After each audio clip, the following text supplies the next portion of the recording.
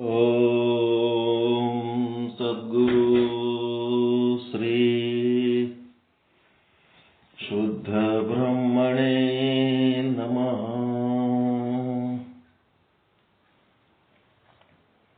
ಓಂ ಸದ್ಗುರು ಶ್ರೀ ಪಂಡಿತ ಪೀತಾಂಬರಜಿಯೇ ನಮಃ. ಓಂ ಸದ್ಗುರು ಶ್ರೀ ಸಾಧು ನಿಶ್ಚಲದಾಸಜಿಯೇ ನಮಃ.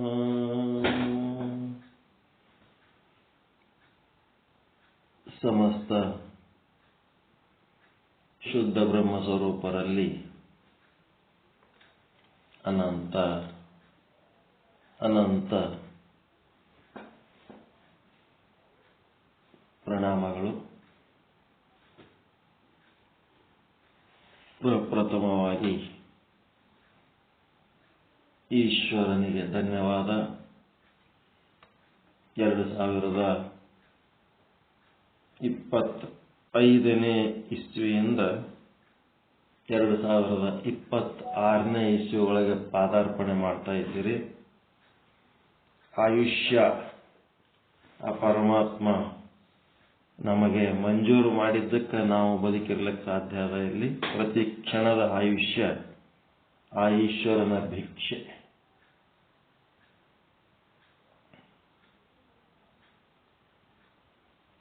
ಈಗ 25ನೇ ಇಸ್ವಿಲಿಂದ 26ನೇ ಇಸ್ವಿಗೆ ಬಂದವರು ಯಾರು?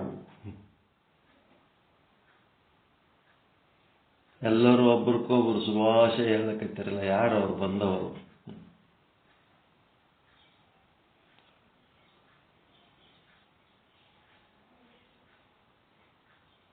ನೀವು ಬಂದ್ರೆ ಶರೀರ, ನಿಮ್ಮ ಶರೀರ ಮತ್ತು ಶರೀರಾಭಿಮಾನಿ ಜೀವ, ಇದೆಲ್ಲ ಜೀವದ ವ್ಯವಹಾರ. ಇದು ಆತ್ಮದ ವ್ಯವಹಾರ ಅಲ್ಲ. ಆತ್ಮ ನಿಮ್ಮ ಶರೀರ ಬರೋದಕ್ಕಿಂತ ಮೊದಲು ಇತ್ತು, ಈಗನೂ ಅದ, ಮುಂದನೂ ಇತ್ತು. ಆತ 25ನೇ ಇಸ್ವಿಯಾಗನೂ ಇರ್ತಾನ, ಮುಂದೆ 26ನೇ ಇಸ್ವಿಯಾಗಿರ್ತಾನ, 27ನೇ ಇಸ್ವಿಯಾಗಿರ್ತಾನೆ, 28ನೇ ಇಸ್ವಿಯಾಗಿರ್ತಾನೆ. ಹಿಂದೆ ಎಷ್ಟು ಇಸ್ವಿ ಅದಾವ ಅವಾಗನೂ ಇದ್ದ, ಈಗ 26ನೇ ಇಸ್ವಿಯಾಗನೂ ಅದಾನ. ಮುಂದೆ ಎಷ್ಟು ಇಸ್ವಿ ಬರ್ತಾವ ಅಷ್ಟೆಲ್ಲ ಇಸ್ವಿದಾಗ ಅವ ಇರ್ತಾನ. ಅವನದೇನು ಸಮಸ್ಯೆ ಇಲ್ಲ.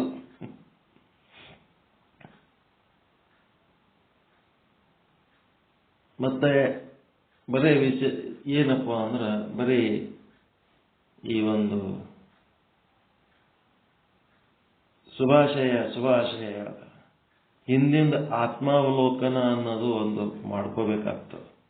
25ನೇ ಇಸ್ವಿ ನಾನು ಎಷ್ಟು ಸಾರ್ಥಕವಾಗಿ ಬಳಸಿಕೊಂಡೆ,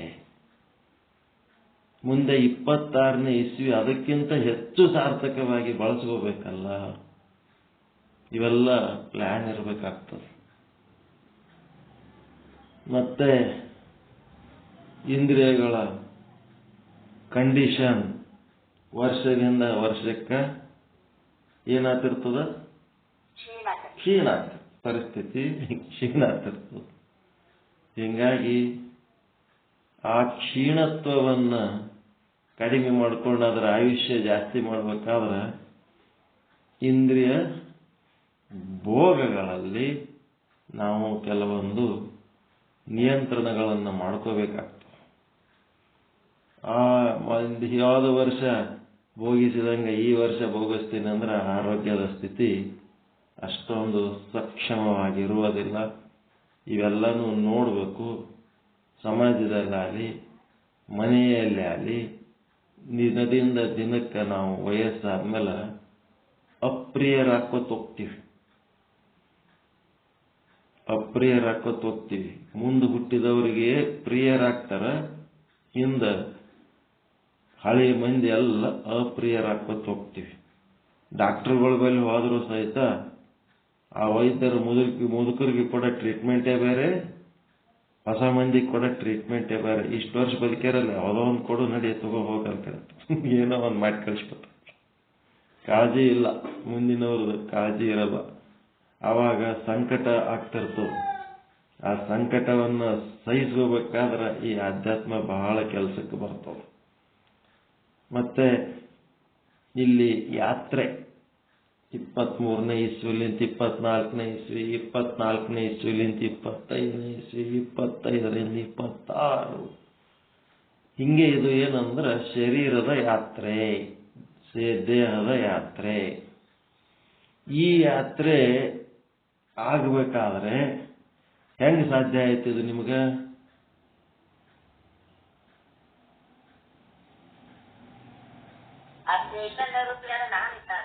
ನೀವು ಇದ್ದಾಗ ನೀವು ಅದಿರಿ, ಯಾವಾಗ್ನೂ ಅದಿರಿ. ಈ ಶರೀರದ ಯಾತ್ರೆ ಅಲ್ಲಿಂದ ಇಲ್ಲಿಗೆ ತರಬೇಕಾದ್ರ ಹೊತ್ಕೊಂಡು ಬರ್ಬೇಕಲ್ಲ ಇದು ಚೇರ್.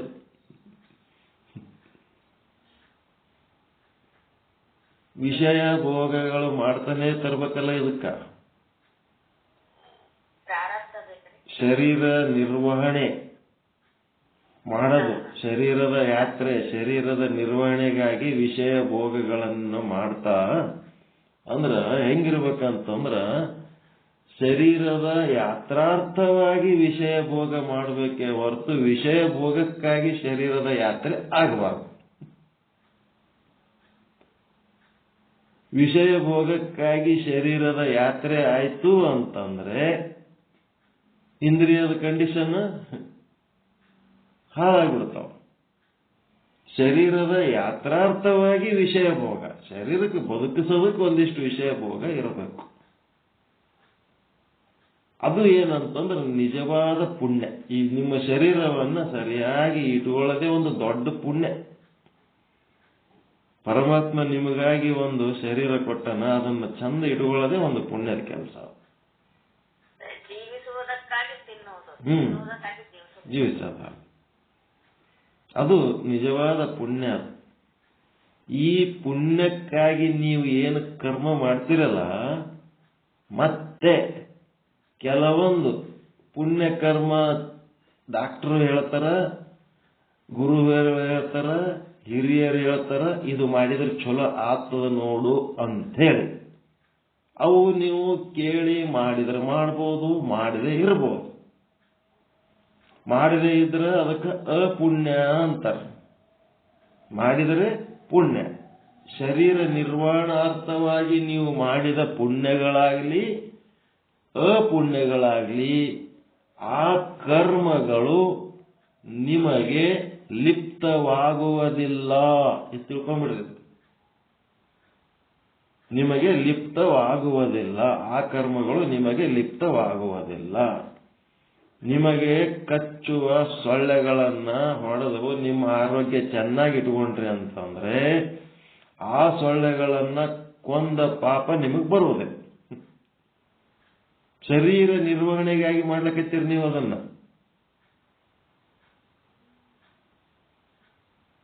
ಜೀವದ ಯಾತ್ರೆ ಮುಂದುವರಿಸಬೇಕು ಅಂತಂದ್ರೆ ಏನ್ ಮಾಡ್ಬೇಕಾಗ್ತದ? ಇದನ್ನ ಒಂದ್ ರೀತಿ ಮೇಂಟೈನ್ ಮಾಡೋದಕ್ಕೆ ಪುಣ್ಯಗಳು ಮಾಡಬೇಕು, ಕೆಲವೊಂದು ಸಣ್ಣ ಪಾಪಗಳು ಮಾಡಬೇಕು, ಮತ್ತೆ ಕೆಲವೊಂದು ಅಪುಣ್ಯಗಳು ಮಾಡ್ಕೊತ ಹೋಗ್ಬೇಕಾಗ್ತದೆ ಈ ಶರೀರ ನಿರ್ವಹಣೆಗಾಗಿ. ಅಡಿಗೆ ಮನೆ ತುಂಬ ಇರುವೆಗಳು ಜಿರಳೆಗಳು ತುಂಬಿದ್ರೆ ಏನ್ ಮಾಡ್ತಾರೆ?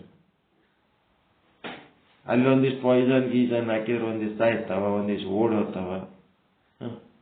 ಇಂಥವು ಮಾಡಿದಾಗ ಇಂಥವು ಯಾವ ನಮಗ ಲಿಪ್ತವಾಗುವುದಿಲ್ಲ.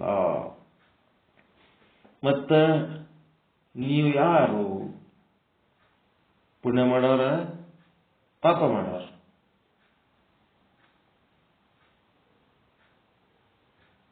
ನಿಜಗುಣ ಶಿವಯೋಗಿಗಳು ಹೇಳ್ತಾರ, ಇಂದ್ರಿಯಗಳು ವಿಷಯ ಭೋಗಗಳಲ್ಲಿ ಮುಣಿಗಿ ಅವು ಕೋಟಲೆಗೊಳಗಾಗ್ಲಕತ್ತವ, ಆರೋಗ್ಯ ಕೆಡಿಸ್ಕೊಳಕತ್ತವಲ್ಲ ಅಂತ ಆ ಇಂದ್ರಿಯಗಳಿಂದ ದೂರ ನಿಂತು ನೋಡ್ತಾರ ಅವ್ರು. ಇಂದ್ರಿಯಗಳೇ ತಾವಾಗಿ ತಾವೇ ಆ ವಿಷಯ ಭೋಗ ಮಾಡಿ ತಾವೇ ಆರೋಗ್ಯ ಕೆಟ್ಟದ, ಕಣ್ಣು ಕೆಟ್ರ, ಕಿವಿ ಕೆಟ್ರ, ಚರ್ಮ ಕೆಟ್ರ, ನಾಲಿಗೆ ಕೆಟ್ರ, ಮೂಗ್ ಕೆಟ್ರ, ಏನೋ ಆರೋಗ್ಯ ಕೆಟ್ರ, ಅದು ನಾನೇ ಕೆಟ್ಟೋಗಿನಿ, ನನಗೆ ಜಡ್ಡಾಗ್ಯದ ಅಂತ ಅನ್ನಂಗಿಲ್ಲ. ಹಂಗಂದ್ರಿ ಅಂತಂದ್ರೆ ನೀವು ಜೀವ. ನೀವು ಆತ್ಮ ಅಥವಾ ಸಾಕ್ಷಿ ಆಗ್ಬೇಕಾದ್ರೆ ನೀವು ಸಾಕ್ಷಿ ಆದ್ರಿ ಅಂತಂದ್ರೆ ಹೆಂಗ? ಇಂದ್ರಿಯಗಳನ್ನ ನೀವು ದೂರ ಇಟ್ಟು ನೋಡ್ಬೇಕು. ಅದು ಏನು ವಿಷಯ ಭೋಗ ಮಾಡ್ಯದ ಅದನ್ನ ನೋಡ್ಬೇಕು. ಭೋಗಿಸಬಾರದನ್ನ ಭೋಗಿಸಿದ್ದಕ್ಕ ನಿನಗೆ ಈ ಪರಿಸ್ಥಿತಿ ಬಂದದ ಅಂತೇಳಿ ಅದನ್ನ ನೀವು ದೂರ ಇಟ್ಟು ನೋಡಿದರೆ ನೀವು ಸಾಕ್ಷಿ ಆದ್ರಿ ಅಂದ್ರೆ ಅದೇ ನೀವು ಶುದ್ಧ ಬ್ರಹ್ಮ ಸ್ವರೂಪ.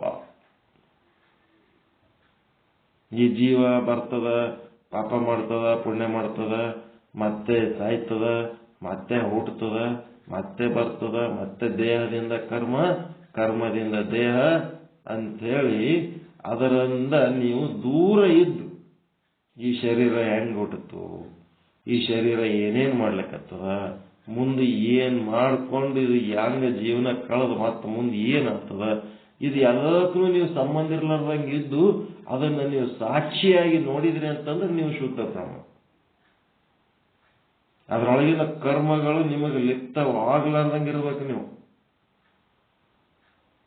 ನೀವ್ಯಾಕೆ ಕರ್ಮ ಮಾಡಿರಿ? ಏನು ಕರ್ಮ ಮಾಡಿರಿ? ಸುಮ್ಮನೆ ಸಾಕ್ಷಿಯಾಗಿ ನೋಡೋರು ನೀವು ಅಷ್ಟೇ. ಆ ಸಾಕ್ಷಿ ಸ್ವರೂಪನೇ ನೀವು. ಈಗ ಹೆಂಗಿರ್ತದಂದ್ರ ನಿಮ್ಗೆ ಯಾವ ಶಿಕ್ಷೆ ಆಗಂಗಿಲ್ಲ, ನಿಮ್ಗೆ ಯಾವ ಪ್ರಶಸ್ತಿ ಸಿಗಂಗಿಲ್ಲ. ಈ ಜಗತ್ತಿನೊಳಗ ನಿಮಗೆ ಸಿಗದೆ ಏನೂ ಇಲ್ಲ, ಏನೂ ಪಡ್ಕೊಳ್ಳೋದೇ ಇಲ್ಲ, ಏನು ಕಳ್ಕೊಳ್ಳೋದೇ ಇಲ್ಲ. ಸಾಕ್ಷಿ ಏನು ಕಳ್ಕೊಳ್ಳಲ್ಲ, ಏನೂ ಪಡ್ಕೊಳ್ಳಲ್ಲ. ಏನಾಯ್ತು? KEBದವರು ಲೈಟ್ ಹಾಕಿರ್ತಾರ, ಮುನ್ಸಿಪಾಲಿಟಿ ಅವರು, KEB ಅವರು ಲೈಟ್ ಹಾಕಿದ ಹೊತ್ನಾಗ ಏನಾಗ್ತಿರ್ತದ? ಕರೆಂಟ್ ಇದ್ದು ಜಗಮಗ ಬೆಳಕಿರೋ ತನಕ ಕಳತನ ಮಾಡ್ಲಿಕ್ಕೆ ಸಾಧ್ಯ ಇಲ್ಲ. ಒಂದು ಕರೆಂಟ್ ಹೋಯ್ತಪ್ಪ, ಕರೆಂಟ್ ತೆಗೆದುಬಿಟ್ರು, ನಾಳೆ ರಾತ್ರಿ ವಿದ್ಯುತ್ ಶಕ್ತಿ ಈ ಏರಿಯಾಕ್ಕೆ ಇರಂಗಿಲ್ಲ ಅಂತೇಳಿ ನ್ಯೂಸ್ ಪೇಪರ್ನಾಗ ಹಾಕಿಬಿಟ್ರು. ಕಳ್ಳರು ಏನಾಗ್ಬಿಟ್ರು? ಆಕ್ಟಿವೇಟ್ ಆಗಿಬಿಟ್ರು. ಈ ಏರಿಯಾದಾಗ ಕಳತನ ಇಲ್ಲ, ಆ ಏರಿಯಾದಾಗ ಇಂಥ ಸೌಕಾರ ಮನಿ, ಇಂಥ ಭಾರಿ ಶ್ರೀಮಂತರ ಅಂಗಡಿಗಳದಾವ, ಏನಾರ ಮಾಡಿ ಅವು ಹೊಡೆದು ತೆಗೆದ್ಬಿಡಮ್ಮ.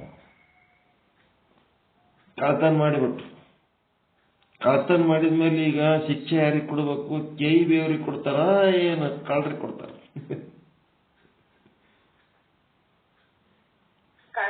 ಕಳ್ಳರಿಗೆ ಕೊಡ್ತಾರೆ. KEB ಅಂತ ಇದ್ದಂಗೆ ನೀವು ಸಾಕ್ಷಿ ಅದ, ನೀವು KEB ಅವರಿದ್ದಂಗೆ ನೀವು. ನಿಮ್ಮ ಬೆಳಕು ಮಾಡಿದಾಗ ಸುರಕ್ಷಿತವಾಗಿರ್ತೀರಿ, ಬೆಳಕು ಇಲ್ಲದಾಗ ಅಸುರಕ್ಷಿತ ಆಗ್ತದೆ, ಮರಿವಿನಾಗ ಹೋದಾಗ ಅಸುರಕ್ಷಿತ ಆಗ್ತದೆ. ಮತ್ತ ಕರೆಂಟ್ ಹೋದಾಗ ಕಳ್ಳರಿಗೆ ಶಿಕ್ಷೆ ಕೊಡ್ತಾರ ಅಂತಂದ್ರೆ ಕರೆಂಟಿಂದ ಏನು ತಪ್ಪಿಲ್ಲ ಅಂತಂದ್ರೆ ಕರೆಂಟ್ ಹೆಂಗ ಮುಕ್ತವಾಗಿರ್ತದ ಅಂತಂದ್ರ ಅದೇ ಕತ್ತಲದೊಳಗೆ ಪುಣ್ಯದ ಕೆಲಸನೂ ಮಾಡ್ಲಿಕ್ಕೆ ಬರ್ತಿತ್ತ ಇಲ್ಲ?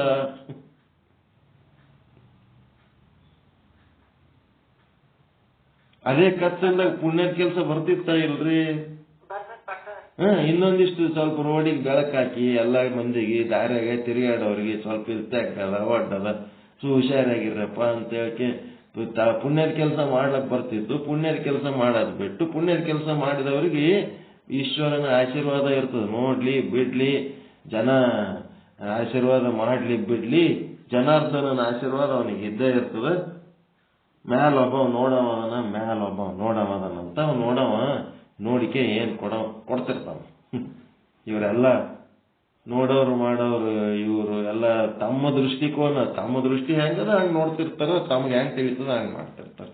ಮ್ಯಾಲೊಬ್ಬ ನೋಡವನ, ಯಾರು ಕೈ ಬಿಟ್ರು ಮ್ಯಾಲ ನಾವು ಕೈ ಬಿಡಲ್ಲ ಅಂತ. ಒಪ್ಕೋತೀರಾ ಇದು? ಯಾರು ಕೈ ಬಿಟ್ರು ಮ್ಯಾಲ ನಾವು ಕೈ ಬಿಡಲ್ಲ. ಅದಕ್ಕೊಂದ್ ಮನಿ ಬಾಡಿಗೆ ಮನಿ ಇತ್ತತ್ತ, ಮ್ಯಾಲೊಂದು ಅಂತಸ್ತು ಇತ್ತಂತ, ತೆಳಗೊಂದು ಅಂತಸ್ತ. ಮ್ಯಾಲೊಂದು ಫ್ಯಾಮಿಲಿ ಬದುಕ್ತಿತ್ತತ್ತ, ತೆಳಗೊಂದು ಫ್ಯಾಮಿಲಿ ಬದುಕ್ತಿತ್ತಂತ. ಬದುಕಾಗ ಅವರಿಬ್ರು ಗಂಡ ಹೆಂಡತಿ ಜಗಳಾಡ್ತಿದ್ರಂತ. ಯಾವರು? ತೆಳಗಿನ ಮನೆಯವ್ರು. ತೆಳಗಿನ ಮನೆಯವರು ಜಗಳಾಡೋ ಟೈಮ್ನೊಳಗ ಅವನ ಹೆಂಡತಿ ಮೇಲ ಅಂತಿದ್ಳಂತ. ಏನಂತ? ನೀ ಏನರೇ ಮಾಡು, ನಿನಗೆ ತಿಳಿದಂಗ ಮಾಡು, ನಾನು ಹೇಳ್ತೀನಿ, ನೀನು ಕೇಳಲಿಲ್ಲ ಅಂದ್ರೆ ನಾನು ಏನು ಮಾಡಲಿ? ನೀ ಮಾಡೋದು ನನಗೆ ಗೊತ್ತಿಲ್ಲ ಅಂದ್ರೆ ಏನಾಯ್ತು? ಮ್ಯಾಲಿನ ಒಬ್ಬ ನೋಡ್ತಿರ್ತಾನ, ಮ್ಯಾಲೊಬ್ಬ ಅದನ, ನೀ ಕೈ ಬಿಟ್ರು ಅವ ನಾನು ಕೈ ಬಿಡಲ್ಲ ಅಂತಿದ್ರತ್ತ ಕೆಳಗಿನ ಮನೆಯವ್ನ ಹೆಣ್ತಿ. ಆ ಮ್ಯಾಲಿನ ಮನೆಯವ್ನ ಹೆಣ್ತಿ ಜಗಳಕ್ಕೆ ಬಿದ್ದಳಂತ ಅಕ್ಕಿ ಗಂಡನ ಸಂಗಟ್. ಅಕ್ಕಿ ಪ್ರತಿ ಸಲ ಮ್ಯಾಲೊಬ್ಬ ಅದನ, ನೀ ಕೈ ಬಿಟ್ರೆ ಮ್ಯಾಲಿನವ ಕೈ ಬಿಡಲ್ಲ ಅಂತ. ಏನದು ನೀ ಏನು ಅಕ್ಕಿ ಕೈ ಹಿಡಿದಿದೆ ಏನಂತ ಹೇಳಕ್ಕೆ ತನ್ನ ಗಂಡನ ಸಂಗಟ ಜಗಳಕ್ಕೆ ಬಿದ್ದಳಕ್ಕೆ ಮ್ಯಾಲಿನ ಅಂತಸ್ತಿನ ಅಕ್ಕಿ. ಹೆಂಗದ ಜೋಕ್? ಜೋಕ್ ಚಲೋ ಅದ ಇಲ್ರಿ?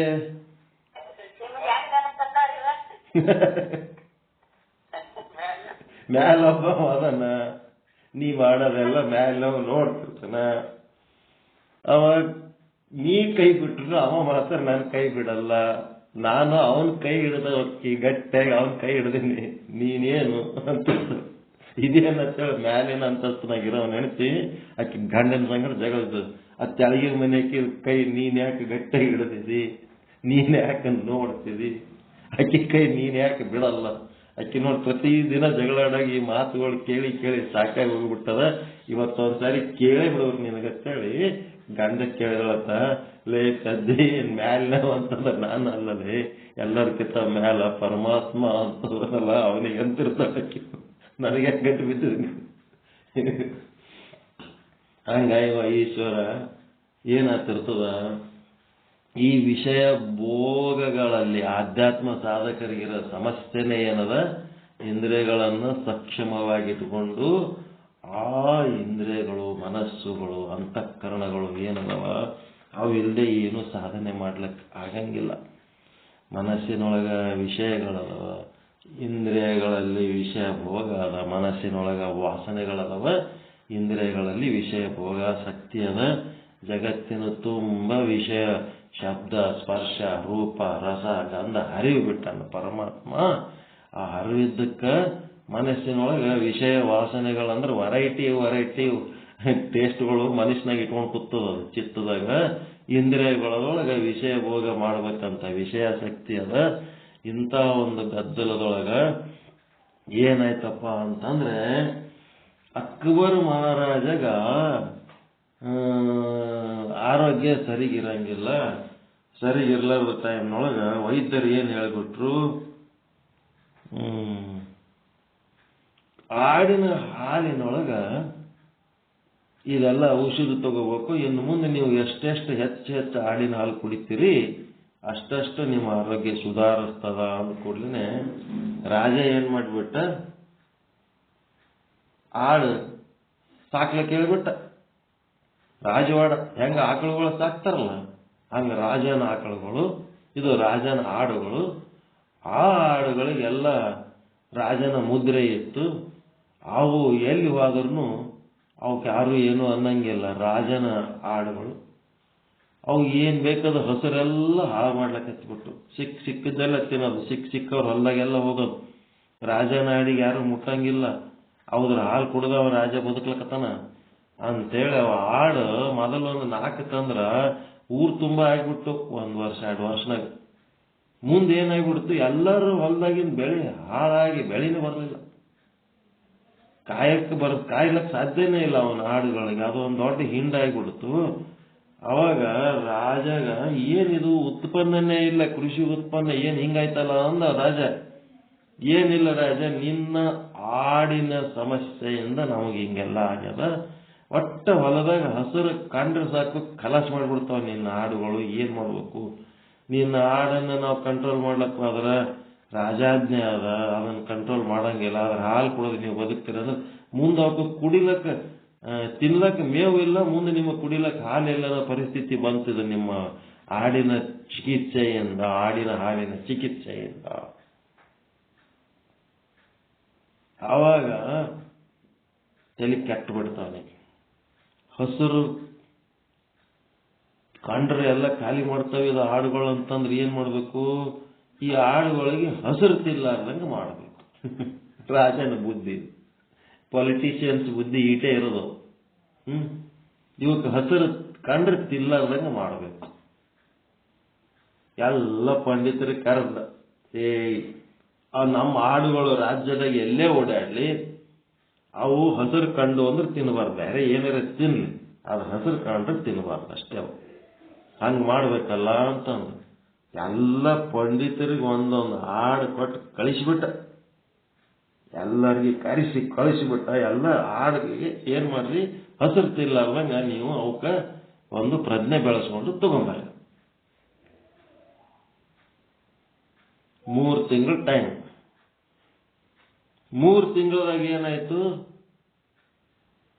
ಎಲ್ಲ ಆಡುಗಳು ತಗೊಂಡು ಬಂದ್ಮೇಲೆ ರಾಜನೇ ಸ್ವತಃ ಒಂದು ಸೂಡು ಹುಲ್ಲು ಹಿಡ್ಕೊಂಡ ಒಂದೊಂದು ಆಡಿನ ಮುಂದೆ ಹೋದ.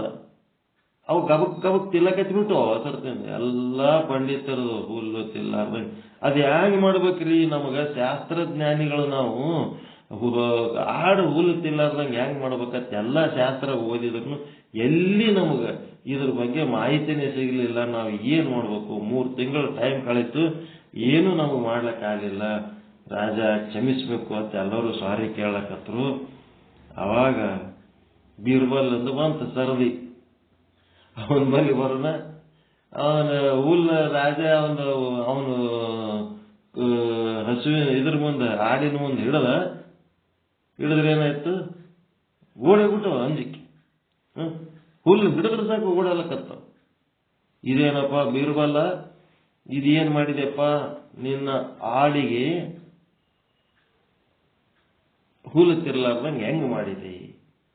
ಅದಕ್ಕೆ ಬೀರ್ಬಲ್ ಹೇಳ್ದ, ಹುಲ್ಲು ತಿರ್ಲಾರ್ದಂಗ ಮಾಡಿದರೆ ಇಂಥದೊಂದು ಬಹುಮಾನ ಅಂತ ನೀವು ಹೇಳಿರಿ, ಮೊದಲು ಅದು ಬಹುಮಾನ ಕೊಡ್ರಿ, ಆಮೇಲೆ ಹೇಳ್ತೀನಿ ಅಂತ. ಆಯ್ತು ತಗೋರಪ್ಪ, ನನಗೆ ಬಹುಮಾನ ಇಟ್ಟದ್ದು ಮತ್ತೆ ಇದು ತಿಲ್ಲ ಅಂದ್ರೆ ನಿನಗೆ ಕೊಡ್ಲಿಲ್ಲ ಅಂದ್ರೆ ಯಾರಿಗೆ ಕೊಡ್ತಾರ, ತಗೊಂಬರ್ರಿ ಅಂತ ಹೇಳಿ ಬೀರ್ಬಲ್ ಅದು ಬಹುಮಾನ ಕೊಟ್ಟು ಸತ್ಕಾರ ಮಾಡಿ ಆಮೇಲೆ ಅವ್ರು ಕೇಳಿದ್ರು, ಏನಿಲ್ಲ, ದಿನ 3 ಹೊತ್ತ ಒಂದೊಂದು ತಾಸ ಏನ್ ಮಾಡ್ತೀನಿ, ಈ ಒಂದು ನನಗೆ ಕೊಟ್ಟ ಆಡಿಗೆ ಟ್ರೈನಿಂಗ್ ಕೊಡ್ತೀನಿ, ತರಬೇತಿ ಕೊಡ್ತೀನಿ ಅಂತಂದ. ಏನ್ ಟ್ರೈನಿಂಗ್ ಕೊಡ್ತೀಯ ಅಂತಂದ್ರೆ, ಏನಿಲ್ಲ, ಒಂದು ಬುಟ್ಟಿ ಒಳಗ ದವಸ ಧಾನ್ಯಗಳನ್ನ, ಇನ್ನೊಂದು ಬುಟ್ಟಿ ಒಳಗ ಹಸಿರ ಹುಲ್ಲು ತಪ್ಪಲ ಎಲ್ಲ ಇಟ್ಟಿರ್ತಿದ್ದೆ. ಏನು ಹಸಿರು ಹುಲ್ಲಿನಾಗ ಅದು ಬಾಯಿ ಹಾಕಿದ ಕೂಡಲೇ ತಲೆಗೊಂದು ಫಟ್ ಹತ್ ಬಿಡ್ತಿದ್ದೆ. ಈ ಕಡೆ ಮತ್ತೆ ಹೊಟ್ಟಿ ಹಸ್ತದ, ಏನ್ ಮಾಡ್ಬೇಕು, ಒಂದೊಂದು ತಾಸ ಹಸಿರು ಹುಲ್ಲಿನ ಬುಟ್ಟಿ ಮುಂದೆ ಕೂತ್ ಬಿಡ್ತಿದ್ದೆ ಕುರ್ಚಿ ಹಾಕೊಂಡು. ಅದು ಇದು ತಿಲ್ಲಕ್ ಬತ್ತಂದ್ರೆ ಫಟ್ ಹತ್ ಬಿಡ್ತಿದ್ದೆ. ಅದು ಹೊಟ್ಟಿ ಹಸ್ತ ಏನ್ ಮಾಡ್ಬೇಕು, ಆ ಕಡೆ ಮಗಲ್ ದವಸ ಧಾನ್ಯ ತಿನ್ಕೋತ ಹೋಗ್ತಿತ್ತು. ಹಿಂಗಾಗಿ ಅದು ಬೇಕಾದ ತಿನ್ಲಿ, ದವಸ ಧಾನ್ಯಗಳು ಬೇಕಾದಷ್ಟು ತಿನ್ಲಿ, ಆದ್ರೆ ಹಸಿರು ಹುಲ್ಲಿಗೆ ಬತ್ತಂದ್ರೆ ಏಟ್ ಬೀಳ್ತದ, ಅದಕ್ಕೆ ಟ್ರೈನಿಂಗ್ ಕೊಟ್ಟಿನಿ. ಹಿಂಗಾಗಿ ಏನಾಗ್ಯಾನಂದ್ರ ಈ ಹಸಿರು ಕಂಡತಂದ್ರೆ ನಾನು ಆಡು ಓಡೇ ಕೊಡ್ತಾವ.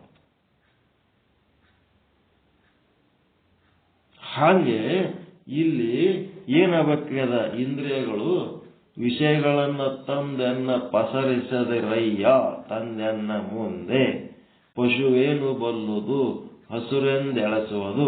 ಬಸವಣ್ಣರ ವಚನ ಅದಲ್ಲ. ಇದು ಯಾರು ಅಂತೇಳಿ ತುಡುಗುಣಿಯ ಹಿಡಿದು ಬಡಿದು ನಿಮ್ಮನ್ನು ಬೈಯುವ ಮುನ್ನ ನಿಮ್ಮತ್ತ ಸೆಳೆದುಕೊಳ್ಳಯ್ಯ.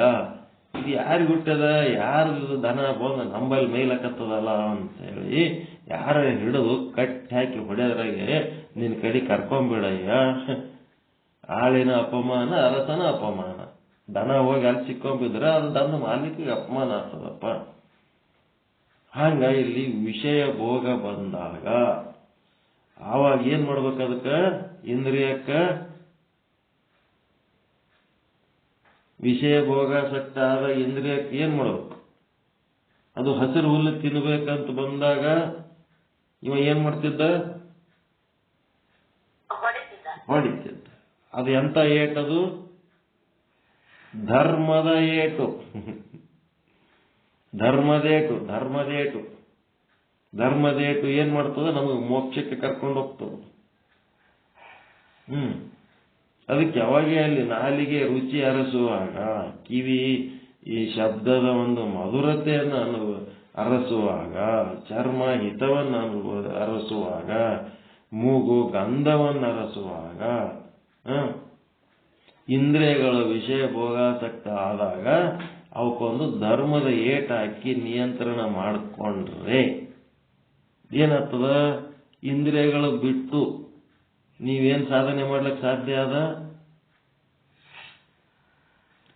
ಅಂತಃಕರಣ ಬಿಟ್ಟು ನೀವೇನ್ ಸಾಧನೆ ಮಾಡ್ಲಿಕ್ಕೆ ಸಾಧ್ಯ ಅದ? ಆತ್ಮ ಅಂದ್ರೆ ಏನು? ಆತ್ಮ ಅಂದ್ರೆ ಏನು? ಏನು ಆತ್ಮ ಅಂದ್ರೆ ಮತ್ತೇನು ಇಲ್ಲ. ಕಣ್ಣೊಳಗ ರೂಪದ ಆಸಕ್ತಿ, ಕಣ್ಣೊಳಗ ರೂಪದ ಭೋಗಾಸಕ್ತಿ ತುಂಬಿಕೊಂಡಿರುವ ಕಾರಣ ಅದು ಕಣ್ಣು ಎನಿಸಿತ್ತು. ರೂಪದ ಭೋಗಾಸಕ್ತಿಯನ್ನು ಅಳಿದ ಕಣ್ಣೇ ಸಾಕ್ಷಾತ್ ಕಪಿಲ ಸಿದ್ಧ ಮಲ್ಲಿಕಾರ್ಜುನ ನೆನೆಸಿತ್ತು. ಹಂಗೆ ಎಲ್ಲ ಇಂದ್ರಿಯದೊಳಗ ನಿಮಗೊಂದೊಂದು ಅವಗುಣಗಳು ತೋರಿಸಿಕೊಟ್ಟಾರ, ಅವದ್ರದ ಅನಾನುಕೂಲತೆಗಳು ತೋರಿಸಿಕೊಟ್ಟಾರಲ್ರಿ. ಮನಸ್ಸಿಂದ ಏನದ? ಸಂಕಲ್ಪ ವಿಕಲ್ಪ. ಸಂಕಲ್ಪ ವಿಕಲ್ಪ ಉಳ್ಳಲ್ಲಿ ಮನವೆನಿಸಿತ್ತು. ಸಂಕಲ್ಪ ವಿಕಲ್ಪ ಅಳಿದಲ್ಲಿ ಸಾಕ್ಷಾತ್ ಕಪಿಲ ಸಿದ್ಧ ಮಲ್ಲಿಕಾರ್ಜುನ ನೆನೆಸಿತ್ತು. ಆತ್ಮ ಅಂದ್ರೆ ಮತ್ತೆ ಬೇರೆ ಏನು ಅಲ್ಲವೇ ಅಲ್ಲ, ಬೇರೆ ಏನು ಅಲ್ಲವೇ ಅಲ್ಲ. ಹುಟ್ಟುವುದು, ಸಾಯುವುದು, ಪಾಪ ಮಾಡೋದು, ಪುಣ್ಯ ಮಾಡೋದು, ಬರೋದು, ಹೋಗೋದು, ಸುಖ ದುಃಖ ಅನುಭವಿಸೋದು ಈ ಜೀವ ಭಾವ ಉಳ್ಳ ಕಾರಣ ಜೀವ ಎನಿಸಿತ್ತು. ಈ ಜೀವ ಭಾವ ಕಳ್ಕೊಂಡ್ರೆ ಅದೇ ಸಾಕ್ಷಾತ್ ಕಪಿಲ ಸಿದ್ಧ ಮಲ್ಲಿಕಾರ್ಜುನರೇ ಅನ್ರಿ ಸಾಕ್ಷಾತ್ ಶುದ್ಧ ಬ್ರಹ್ಮ ಎನಿಸಿತ್ತು. ಎಲ್ಲರೊಳಗ ಒಂದೊಂದು ಅನಾನುಕೂಲತೆಗಳು ಏನದವ, ಆ ನೆಗೆಟಿವಿಟೀಸ್ ಅನ್ನ ಕಳ್ಕೊಂಡ್ರೆ ಅದು ಆತ್ಮನೇ ಅದ. ಶುದ್ಧ ಬಂಗಾರದೊಳಗೆ ಒಂದು ಟಂಕ್ ಕಲಿಸಿ ಒಂದೇನೋ ಡಿಸೈನ್ ಮಾಡ್ಯಾರ. ಆ ಟಂಕ್ ತೆಗೆದು ಆ ಟಂಕ್ ಸುಟ್ಟು ಭಸ್ಮ ಮಾಡಿ ಅದರದ್ದು ಡಿಸೈನ್ ತೆಗೆದ್ರೆ ಅಲ್ಲಿ ಶುದ್ಧ ಆತ್ಮನೇ ಅದ. ಹೀಗಾಗಿ ಪ್ರತಿಯೊಂದರೊಳಗೂ ನಿಮ್ಮ ಒಂದು ಈ ಮೋಕ್ಷ ಸಾಧನೆಗೆ ಏನು ಪ್ರತಿಕೂಲವಾದಂತ ಗುಣಗಳನ್ನ, ಸ್ವಭಾವಗಳನ್ನ ಆ ಒಂದು ಶಾಸ್ತ್ರೀಯವಾಗಿ ನಮಗೆ ತೋರಿಸಿಕೊಟ್ಟಾರೋ ಅವುಗಳನ್ನ ಕಳೆದುಕೊಂಡ್ರೆ, ಈಗ ಮನಸ್ಸದ, ನೀವು ಮನಸ್ಸಿರ್ಲಿಲ್ಲ ಅಂತಂದ್ರೆ ಆಧ್ಯಾತ್ಮ ಸಾಧನೆ ಹೆಂಗೆ ಮಾಡ್ತೀರಿ? ಮನಸ್ಸಿನೊಳಗಿನ ವಿಷಯಾಸಕ್ತಿಗಳನ್ನ ಕಳ್ಕೊಂಡು ಶುದ್ಧ ಆಯ್ತು ಅಂತಂದ್ರೆ ಮತ್ತಿನ್ನೇನು ಆಧ್ಯಾತ್ಮ ಸಾಧನೆ ಮಾಡೋದು? ಅದಕ್ಕೆ ಏನಾಗ್ತದಪ್ಪ ಅಂತಂದ್ರೆ, ನೀವು ಈ ಒಂದು ವಿಷಯ ವಾಸನಾ ಸಹಿತ ಮನಸ್ಸು, ವಿಷಯ ವಾಸನಾ ರಹಿತ ಮನಸ್ಸು, ಇವೆರಡರ ಬಗ್ಗೆ ತಿಳ್ಕೋಬೇಕು. ಸಹಿತವಾದ ಮನಸ್ಸು ನಮಗೆ ಬಂಧನಕ್ಕೆ ಕರ್ಕೊಂಡು ಹೋಗ್ತದೆ, ವಿಷಯ ವಾಸನಾ ರಹಿತವಾದ ಮನಸ್ಸು ನಮಗೆ ಮೋಕ್ಷಕ್ಕೆ ಕರ್ಕೊಂಡು ಹೋಗ್ತದೆ ಅನ್ನಂತ ಒಂದು ವಿವೇಕ. ಇದಕ್ಕೇನಂತ ಅಂದ್ರೆ ವರ ವಿವೇಕ, ವರ ವಿವೇಕ ಅಂತಾರೆ. ಇಂಥ ಒಂದು ವರ ವಿವೇಕ ಉಳ್ಳವರಾಗಿ ವಿಷಯ ವಾಸನಾ ರಹಿತ ಮನಸ್ಸನ್ನ ಉಳ್ಳವರಾದಾಗ ಆ ಮನಸ್ಸೇ ಕಪಿಲ ಸಿದ್ಧ ಮಲ್ಲಿಕಾರ್ಜುನ. ಆ ಮನಸ್ಸು ವಿಷಯ ರಹಿತವಾದ ಮನಸ್ಸನ್ನ ಕಲ್ಪಿಸಿಕೊಳ್ಳಕ್ ಸಾಧ್ಯ ಆದೇನ್ರಿ? ವಿಷಯ ರಹಿತ ಇದ್ದುದಕ್ಕೆ ಅದಕ್ಕೆ ಮನಸ್ಸು ಅಂದಿರಿ. ವಿಷಯ ರಹಿತವಾದ ಮನಸ್ಸು ಅಂತಂದ್ರೆ ಅದು ಕಲ್ಪನೆಗೆ ಅದ ಏನದು? ಅದು ತನ್ನ ಸ್ವರೂಪ ಆಗಿಬಿಟ್ಟಿರ್ತದದು. ವಿಷಯ ರಹಿತವಾದಾಗ ತನ್ನ ಸ್ವರೂಪನೇ ಆಗಿರ್ತದೆ. ವಿಷಯ ಸಹಿತವಾಗಿದ್ದಕ್ಕೆ ಅದು ಮನಸ್ಸು ಅನ್ಸ್ಕೊಂಡದು. ರೂಪದ ವಿಷಯಾಸಕ್ತಿ ಹೊಂದಿದ್ದಕ್ಕ ಅದು ಕಣ್ಣು ಅನಿಸ್ಕೊಂಡದು. ರೂಪದ ವಿಷಯ ಭೋಗಾಸಕ್ತಿ ಕಳ್ಕೊಂಡಂತ ಕಣ್ಣಿಗೆ ನೀವು ಕಲ್ಪನೆ ಮಾಡ್ಕೊಳಕ್ ಬರ್ತದೇನದು? ಅಕಲ್ಪಿತ ಅದು. ಅದೇ ಬ್ರಹ್ಮ, ಅದೇ ಪರಮಾತ್ಮ.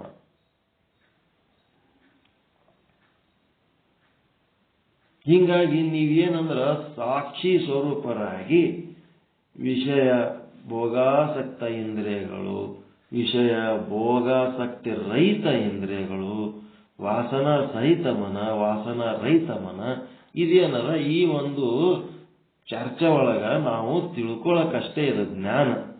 ಭಾನ ಮಾಡ್ಕೋಬೇಕಾದ್ರೆ ಅವುಗಳನ್ನ ಕಳ್ಕೊಂಡೇವಂತಂದ್ರೆ ನಾವೇ ಅಲ್ಲೇನತ್ತ ನಮ್ಮ ಸ್ವರೂಪನೇ ನಾವೇ ಸಾಕ್ಷಿ.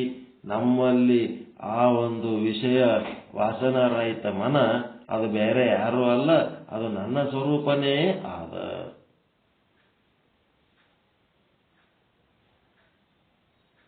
ಆ ಒಂದು ವಿಷಯ ಭೋಗ ಕಳ್ಕೊಂಡು ಮತ್ತಿನ್ನೇನು ವಿಷಯ ಶಕ್ತಿ ಕಳ್ಕೊಂಡು ಏನು ಇಲ್ಲಿ ಏನ್ ಹೇಳ್ತಾರ ಸೂಕ್ಷ್ಮವಾಗಿ ಅಂತಂದ್ರ ಆಸಕ್ತಿ ಕಳ್ಕೊಂಡು ನಾವೇನು ಕಲ್ಲಿನಂಗಿರ್ಬೇಕೇನ್ರಿ ಅಂತಂತೀರಿ. ಇವತ್ತು ಹೇಳ್ಬೇಕಾದ ಮಾತು ಇದೆ. ವಿಷಯ ಭೋಗಗಳು ಇಲ್ಲದೆ ಬದುಕಬೇಕಾದ್ರೆ ನಾವೇನು ಕಲ್ಲಾದಂಗೆ ಆಗ್ಬೇಕೇನು ಅಂತಂತೀರಿ. ಕಲ್ಲು ಆಗ್ಬೇಕು ಅಂತ ಹೇಳಿಲ್ಲ. ಏನದಂದ್ರ ನಿಮ್ಮ ಶರೀರದ ಯಾತ್ರಾರ್ಥ. ಈ ಶರೀರ ನಿರ್ವಹಣೆ ಮಾಡಿಸುವುದಕ್ಕ, ಶರೀರವನ್ನು ಬದುಕಿಸುವುದಕ್ಕ ಏನು ಅವಶ್ಯಕತೆ ಅದ, ಎಷ್ಟು ಅವಶ್ಯಕತೆ ಅದ ಅಷ್ಟು ಮಾತ್ರ ಭೋಗ ಮಾಡಿದರೆ, ಆ ಭೋಗ ಪುಣ್ಯದ ಭೋಗ ಇರ್ಬೋದು, ಆ ಭೋಗ ಪಾಪದ ಭೋಗ ಇರ್ಬೋದು, ಆ ಭೋಗ ಅಪುಣ್ಯನೂ ಇರಬಹುದು. ಆ ಕರ್ಮ ಶರೀರದ ಯಾತ್ರಾರ್ಥ ನೀವು ಮಾಡಿದ ಭೋಗ ಅದು ನಿಮ್ಮ ಕರ್ಮದ ಲೆಕ್ಕದಾಗ ಬರಲ್ಲ, ಅದು ನಿಮಗೆ ಲಿಪ್ತವಾಗುವುದಿಲ್ಲ. ಈಗ ಪೊಲೀಸರು ನಮಗ ಲೈಸೆನ್ಸ್ ಕೊಟ್ಟಿರ್ತಾರ, ಬಂದೂಕು ಕೊಟ್ಟಿರ್ತಾರ. ಬಂದೂಕು ಎದ್ರ ಸಲ ಕೊಟ್ಟಾರ? ನಮ್ಮ ಆತ್ಮರಕ್ಷಣೆ ಕೊಟ್ಟಾರ.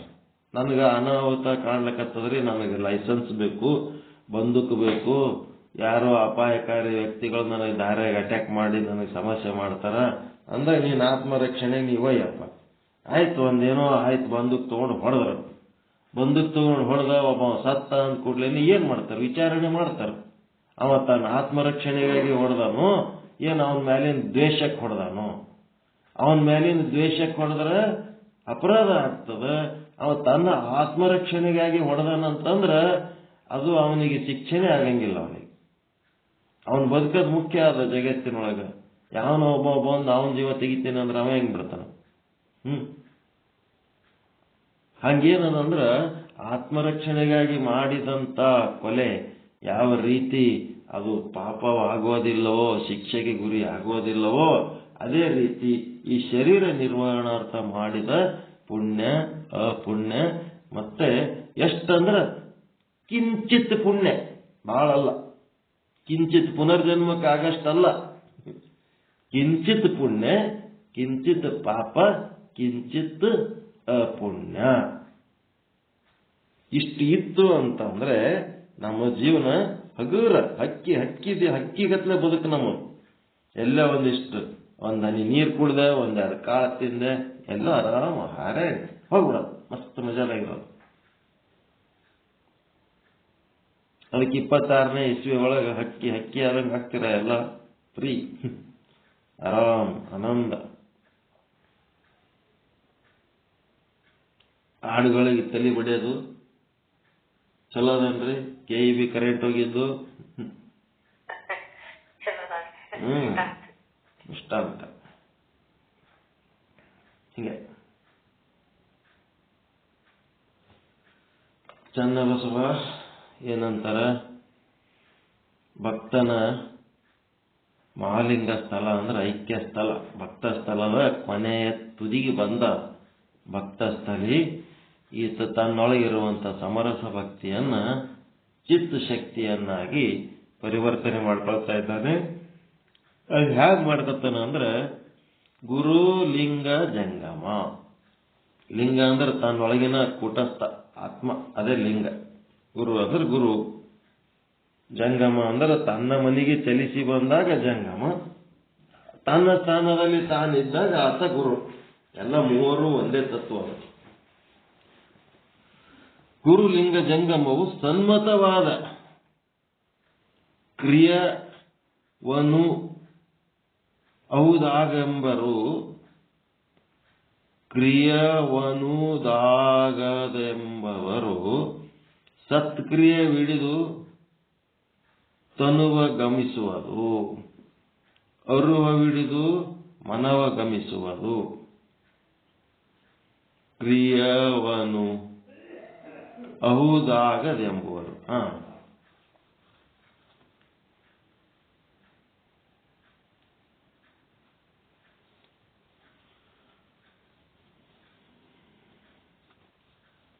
ಈ ಗುರುಲಿಂಗ ಜಂಗಮ ಸನ್ಮತವಾದ ಕ್ರಿಯೆ ನಾವು ಆಧ್ಯಾತ್ಮ ಜೀವಿಗಳು, ನಾವು ಧಾರ್ಮಿಕರು, ನಾವು ಇಂಥ ಗುರುವಿನ ಭಕ್ತರು ಅಂತೇಳಿ ಹಿಂಗಿದ್ದವರು ಹೆಂಗಿರ್ಬೇಕಪ್ಪ ಅಂತಂದ್ರೆ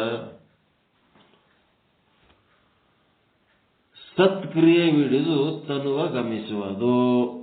ಸತ್ಕ್ರಿಯೆ ಅದೇ ಇಷ್ಟತನ ಏನ್ ಹೇಳಿದವಲ್ಲ ಅದೇ. ನಿಮ್ಮ ತನು ಅಂದ್ರೆ ಸ್ಥೂಲ ಶರೀರ, ಸೂಕ್ಷ್ಮ ಶರೀರ, ಕಾರಣ ಶರೀರ, ಏನೇನದವ ಇಂದ್ರಿಯಗಳು, ಅಂತಃಕರಣ ಏನೇನದವ ಅವೆಲ್ಲ ಸತ್ಕ್ರಿಯಾಶೀಲವಾಗಿರ್ಬೇಕು.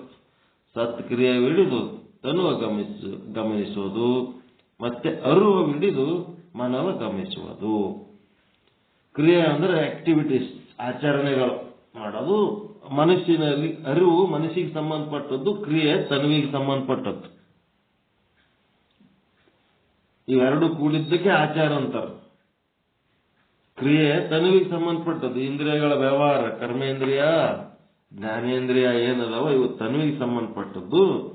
ಮತ್ತೆ ಮನಸ್ಸಿಗೆ ಸಂಬಂಧಪಟ್ಟದ್ದು ಏನಂತಂದ್ರೆ ಅರಿವು. ಮನಸ್ಸಿನಾಗ ಅರಿವಿರ್ಬೇಕು. ಈ ಕರ್ಮೇಂದ್ರಿಯ ಜ್ಞಾನೇಂದ್ರಿಯದೊಳಗ ಏನಿರ್ಬೇಕು? ಸತ್ ಕ್ರಿಯೆಗಳಿರ್ಬೇಕು. ಒಳ್ಳೆ ಕೆಲಸ, ಒಳ್ಳೆ ಆಲೋಚನೆ, ಒಳ್ಳೆ ಮಾತು ಹಿಂಗೆಲ್ಲ ಇರಬೇಕು.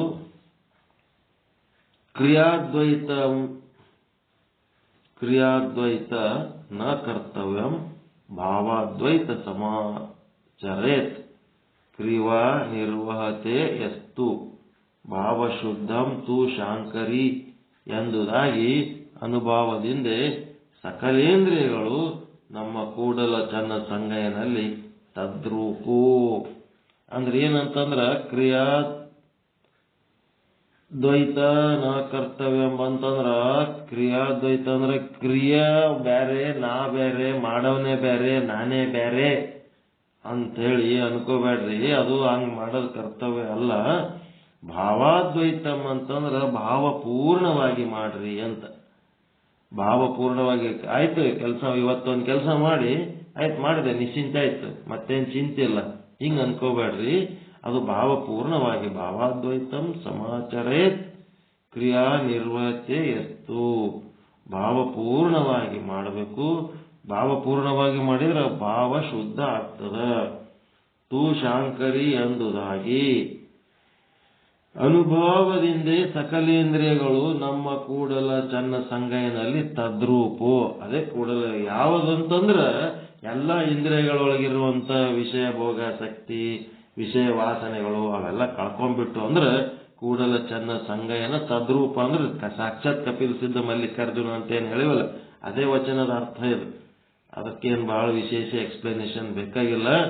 ಅದು ಕ್ರಿಯೆ ಅಂದ್ರೆ ಲಿಂಗ ಪೂಜೆ ಅಂತಂದ್ರೆ ಒಂದು ಕಾಟಾಚಾರಕ್ಕೆ ಒಂದು ಲಿಂಗ ಪೂಜೆ ಮಾಡ್ಕೊಂಡಿಕ್ಕೆ ಅಲ್ಲಿ ಭಾವನೆ ಇಲ್ಲ ಅಂತಂದ್ಮೇಲೆ ಏನ್ ಮಾಡ್ತೀರಿ? ಭಾವ ಇಲ್ಲದ್ದು ಏನ್ ಮಾಡ್ತೀರಿ ತಗೊಂಡಂಥದ್ದು? ಭಾವ ಇಲ್ಲದ ಪೂಜೆ ಎಂಥದ್ದು, ಕ್ರಿಯೆ ಎಂಥದ್ದು ಅಂತಂದ್ರ ಬಾಳಿಲ್ಲದ ಓಲೆ ಅಂತ. ಬಾಳಿಲ್ಲದವಳ ಓಲೆ ಅಂತ. ಗಂಡನೇ ಇಲ್ಲ, ಆಕಿ ಮನೆಯಾಗ ದೊಡ್ಡದೊಂದು ತಾಳಿ ಚೈನ್ ಅದ, ತೊಗೊಂಡೇನ್ ಮಾಡ್ಬೇಕು? ಗಂಡ ಇದ್ರೂ ಉಪಯೋಗ ಆಗ್ತದೆ, ಗಂಡ ಇಲ್ಲ ಅಂದ್ರೆ ಆಕಿ ತಾಳಿ ಚೈನ್ ಎದಕ್ಕೆ ಉಪಯೋಗ ಆಗ್ತದೆ? ಅವೇನು ಮುತ್ತೈದ ಲಕ್ಷಣಗಳು ಅಲ್ಲ, ಕಿವಿಯಾಗ ಮಗನಾಗ ಏನೇನು ಹಾಕೋಬೇಕಲ್ಲ, ಕುಂಕುಮ ಅವೆಲ್ಲ ಅಷ್ಟು ಅವೆಲ್ಲ ಇದ್ರ ಏನ್ ಗೊತ್ತ, ಗಂಡನೇ ಇಲ್ಲ. ಹಂಗ ಇಲ್ಲೇನದ, ಬರೀ ಕಾಟಾಚಾರಕ್ಕೆ ಒಂದ್ ಏನಾರ ಮಾಡ್ಬೇಡ್ರಿ. ಭಾವಪೂರ್ಣವಾಗಿ ಅಂತಂದ್ರ ಒಂದು ಅದು ಮಾಡಿದ್ರೆ ಏನಾಗ್ಬೇಕಂದ್ರೆ ಆನಂದ ಆಗ್ಬೇಕು. ಭಾವ ಶುದ್ಧ ಆಗಿ ತೂ ಶಾಂಕರಿ ಅಂತ ಆನಂದ ಆಗ್ಬೇಕು. ಸಕಲ ಇಂದ್ರಿಯಗಳಲ್ಲಿ ಪುಳಕಗೊಳ್ಳಬೇಕು ಅಂತ ಒಂದು ಸಾಧನೆ ಆಗ್ಬೇಕಿದೆ. ಈಗ ಕೇಳಿದಾಗ ಎಲ್ಲ ಖುಷಿ ಆಯ್ತಲ್ರಿ. ಮುಂಜಾನೆ ಎದ್ದು ಸ್ವಾನುಭಾವದ ಮಾತು 25ನೇ ಇಸ್ವಿಲಿಂದ 26ನೇ ಇಸ್ವಿಗೆ ಬರ್ಬೇಕಾದ್ರೆ ನಮ್ಮೊಳಗೆ ಸಣ್ಣ ಸಣ್ಣ ಕೆಲವೊಂದು ಪರಿವರ್ತನೆಗಳು ತಂದ್ಕೋಬೇಕು ಅಂತ ಒಂದೆರಡು ಮಾತು ಹೇಳ್ಬೇಕಾಯ್ತು, ಹೇಳಿದೆ. ಅದಕ್ಕೆ ಈ ಪರಿವರ್ತನೆ ತಂದುಕೊಳ್ಳಾಗ ಕೆಲವೊಂದು ಸಮಸ್ಯೆಗಳಾದಾಗ ಅವೆಲ್ಲ ಅತ್ಯಂತ ಮಿನಿಮಮ್ ಕಿಂಚಿತ್ ಪುಣ್ಯ ಮತ್ತೆ ಅಪುಣ್ಯ ಮತ್ತೆ ಒಂದಿಟ್ಟು ಕಿಂಚಿತ್ ಪಾಪ ಇದ್ರೂ ಅವೇನು ನಮಗ ಲೇಪವಾಗುವುದಿಲ್ಲ ಅಂತೇಳಿ ಸೂಕ್ಷ್ಮ ಇರೋದು. ಒಟ್ಟ ಸೂಕ್ಷ್ಮ ಹಾಕೋತ್ ಹೋಗ್ಬಿಡ್ಬೇಕಿಲ್ಲಿ. ಅದಿವೋ ಇಲ್ಲೋ ಅನ್ನಂಗೆ ಹಾಕೋತ್ ಹೋಗ್ಬೇಕು. ಅದೇ ಲೆಕ್ಕ. ಎಷ್ಟೈತೆ ಟೈಮ್? 7:35. ಮತ್ತೆ ಯಾರು ಮಾತಾಡೋರು ಇದ್ರ ಏನ್ ಮಾಡ್ತೀರಿ?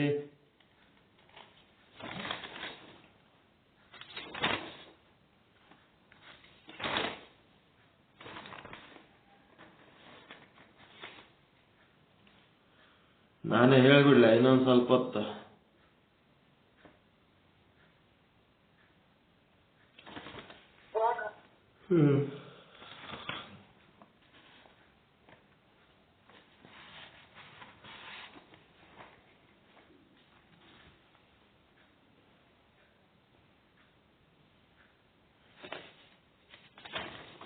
ಶ್ರೀ ವಿಚಾರ ಸಾಗರ ಸಾಧು ಶ್ರೀ ನಿಶ್ಚಲ್ ದಾಸ್ಜಿಯವರ ಕೃತಿ 5ನೇ ತರಂಗ. ಮಧ್ಯಮ ಅಧಿಕಾರಿಯ ದೃಷ್ಟಿ ಮಹಾರಾಜರೊಂದಿಗೆ ಸಂವಾದ 236ನೇ ವಿಷಯಾಂಕ. ವೇದಗಳು, ಗುರುಗಳು ಹಾಗೂ ಸಂಸಾರ ದುಃಖ ವ್ಯಾವಹಾರಿಕ ಸತ್ತ ಇರುತ್ತದೆ. ಆದ್ದರಿಂದ ಆ ಭವ ದುಃಖ ಆ ಒಂದು ಗುರು ಮತ್ತು ಶಾಸ್ತ್ರಗಳಿಂದ ನಾಶವಾಗುತ್ತದೆ ಅನ್ನುವಂಥ ವಿಚಾರ ಹೇಳಿ ಇಲ್ಲಿ ರಾಜನ ಒಂದು ದೃಷ್ಟಾಂತ ಕೊಟ್ಟು ಮುಂದೆ ಸಿದ್ಧಾಂತ ಹೇಳಕತ್ತಾರ. ವೇದ ಮತ್ತು ಗುರುಗಳು ಹಾಗೂ ಸಂಸಾರ ದುಃಖ ಎರಡೂ ವ್ಯಾವಹಾರಿಕ ಸತ್ತ ಇರುವುದರಿಂದ ಆ ಸಮಾನ ಸತ್ಯಗಳಲ್ಲಿ ಸಾಧಕ ಬಾಧಕಗಳು ಉಂಟಾಗ್ತವೆ. ಅವು ಮತ್ತೆ ವೇದಗಳು ಮತ್ತು ಗುರುಗಳ ಬಗ್ಗೆ ನಮ್ಮೆಲ್ಲರ ಭಾವನೆ ಒಳಗೆ ಏನದಪ್ಪ ಅಂದ್ರೆ ಒಂದು ಪಾರಮಾರ್ಥಿಕ ಸತ್ಯಯ ಒಂದು ಸ್ಥಾನಮಾನವನ್ನು ನಾವು ಕೊಟ್ಟಿವಿ. ಯಾಕಂತಂದ್ರೆ ಒಂದು ಗುರುಗಳು ಅನ್ನಂತ ಒಂದು ವ್ಯಕ್ತಿಗೆ ಅತ್ಯಂತ ಹೆಚ್ಚಿನ ಸ್ಥಾನಮಾನ ಯಾಕೆ ಕೊಡ್ತಾರ ಅಂತಂದ್ರೆ ಆ ದೇವರನ್ನ ತೋರಿಸ್ತಾನ, ಆ ಪರಮಾತ್ಮನ ದರ್ಶನ ಮಾಡಿಸ್ಕೊಡ್ತಾನ. ಹಿಂಗಾಗಿ ಗುರು ಇದ್ದಿದ್ದಿಲ್ಲ ಅಂದ್ರೆ ಪರಮಾತ್ಮನ ದರ್ಶನ ಮಾಡ್ಕೊಳಕ್ ಸಾಧ್ಯ ಇಲ್ಲ. ಗುರು ಈಸ್ ಅದೇನಂತಾರ, God is great, there is no doubt. ಪರಮಾತ್ಮ ದೊಡ್ಡವ, ಅದ್ರಾಗೇನ್ ಡೌಟ್ ಇಲ್ಲ. God is great, there is no doubt. But guru is greater than God. ಆದರೆ ಗುರು ಆ ದೇವರಿಗಿಂತ ದೊಡ್ಡವ ನಮಗೆ. ಯಾಕ ಅಂತಂದ್ರೆ because he shows path to the God. ಅವನೇನ್ ಮಾಡ್ತಾನ, ದೇವರನ್ನ ಪಡ್ಕೋಬೇಕಾದ್ರೆ, ದೈವತ್ವವನ್ನು ಪಡ್ಕೋಬೇಕಾದ್ರೆ ನಮಗೆ ದಾರಿ ತೋರಿಸ್ತಾನ. ಹಿಂಗಾಗಿ ನಮಗ ಗುರು ಗ್ರೇಟು ಅಂತ ಒಂದು ದೊಡ್ಡ ಸ್ಥಾನಮಾನ ಕೊಟ್ಟಾರ. ಆದರೆ ಗುರುವಿಗೆ ನೀವೆಂತ ಸ್ಥಾನಮಾನ ಕೊಟ್ಟರು ಸಹಿತ ಮ್ಯಾಕ್ಸಿಮಮ್ ಎಷ್ಟು ಕೊಡ್ಬೋದು? ಶುದ್ರ ಸತ್ಯದ ಸ್ಥಾನಮಾನನೋ, ಪ್ರಾತಿಭಾಷಿಕ ಸತ್ಯದ ಸ್ಥಾನಮಾನನೋ, ವ್ಯಾವಹಾರಿಕ ಸತ್ಯದ ಸ್ಥಾನಮಾನ ಅಥವಾ ಪಾರಮಾರ್ಥಿಕ ಸತ್ಯದ ಸ್ಥಾನಮಾನ, first class, second class, third class, top. First class ಪಾರಮಾರ್ಥಿಕ ಸತ್ಯ, ಥರ್ಡ್ ಕ್ಲಾಸ್ ಏನದ ವ್ಯಾವಹಾರಿಕ ಸತ್ಯ, ಸೆಕೆಂಡ್ ಕ್ಲಾಸು ಪ್ರಾತಿಭಾಷಿಕ ಸತ್ಯ, ಪೂರ್ತಿ ಫೇಲ್ ಯಾರು ಶೂದ್ರ ಸತ್ಯ. ಇವು ನಾಲ್ಕರಾಗ ಈ ಒಂದು ವಿಚಾರ ಸಾಗರದ ಪ್ರಕಾರ ಗುರು ಮತ್ತು ಶಾಸ್ತ್ರಗಳಿಗೆ ಯಾವ ಸ್ಥಾನ ಕೊಡ್ತೀರಿ? ಪಾರಮಾರ್ಥಿಕ ಕೊಡ್ತೀರಾ ಏನು ವ್ಯಾವಹಾರಿಕ ಕೊಡ್ತೀರಾ?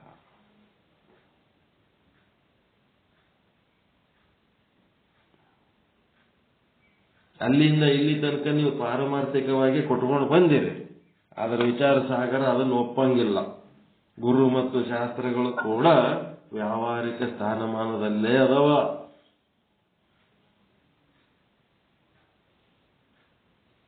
ಪಾರಮಾರ್ಥಿಕ ಸತ್ಯದ ಒಂದು ಸ್ಥಾನಮಾನ ಕೇವಲ ಶುದ್ಧ ಬ್ರಹ್ಮನಿಗೆ ಮಾತ್ರ.